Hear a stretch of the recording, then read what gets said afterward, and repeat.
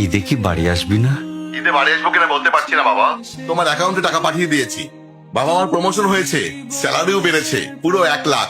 আলহামদুলিল্লাহ। বাবা একটু লাইনে থাকো। বাবা, তুমি তো বলেছিলে পিতৃদিন কখনো শোধ হয় না। তুমি 26 বছরে আমার পিছনে যত টাকা খরচ করেছো, তুমি কি জানো আগামী 5 বছরে সেই টাকা তোমায় ফিরিয়ে দিতে পারবো? আমার এখন স্যালারি মাসে 1 লক্ষ টাকা বাবা। ও, এই কথা। তাহলে শোন, তোকে একটা গল্প বলি। বলো বাবা। তোর বয়স যখন 4, তখন আমার বেতন 3,000 টাকা। 1200 টাকা ঘর ভাড়া দিয়ে 1800 টাকায় চলে সংসার।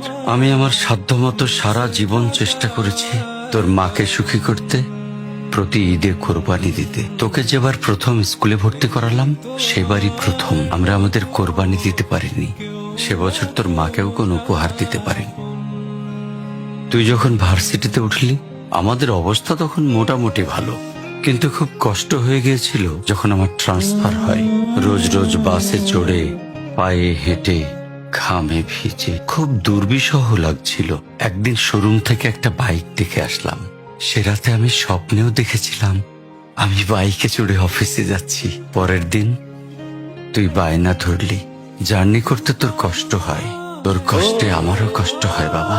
আমি বাইকটা তোকে কিনে দিয়েছিলাম। তুই এখন লাখ টাকা বেতন পাচ্ছিস, কিন্তু মনে করে দেখ, অন্য মাইনে দিয়ে ব্র্যান্ড নিউ মোবাইলে হেডফোন কানে লাগিয়ে সারা রাত গান শুনেছিস, পিকনিক করেছিস, ট্যুর করেছিস। তোর প্রতিটা দিন ছিল স্বপ্নের মতন। আর তোর টাকা নিয়ে আমি এখন হার্টের বাইপাস করাই, ডায়াবেটিক মাপাই। জানিস বাবা, ওর মাছ খাওয়া নিষেধ, মাংস খাওয়া নিষেধ। কি করে এত টাকা খরচ করি বল? তোর টাকা নিয়ে তাই আমি কল্পনার হাট বসাই। আমি বাইক চালিয়ে সারা শহর ঘুরে বেড়াই, বন্ধুদের নিয়ে সিনেমা দেখতে যাই। তোর মার হাত ধরে চাঁদনি পশরে সেন্ট মার্টিনের বালুচরে হেঁটে বেড়াই। চুপ করো বাবা প্লিজ, আমি তোমার কাছে চলে আসবো। তোমার টাকা না, আমি তোমার ভালোবাসা তোমায় ফিরিয়ে দিব বাবা।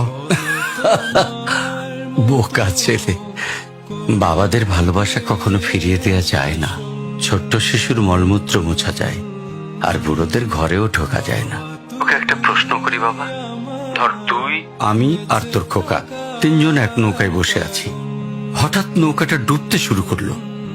যে কোনো একজনকে তুই বাঁচাতে পারবি, কাকে বাঁচাবি? থাক, উত্তর দিতে হবে না। ছেলেরা বাবা হয়, বাবারা কখনো ছেলে হতে পারে না। পৃথিবীতে সবচেয়ে ভারী জিনিস কি জানিস? পিতার কাঁধে পুত্রের লাশ। আমি শুধু জায়নামাজে বসে একটা জিনিস চাই, আমার কবরের ঘরটায় যেন আমি আমার ছেলের কাঁধে চড়ে যাই। তাহলেই তুই একটা ঋণ শোধ করতে পারবি, তোকে কোলে নেয়ার ঋণ। বাবাদের ঋণ কোনোদিন শোধ করা যায় না।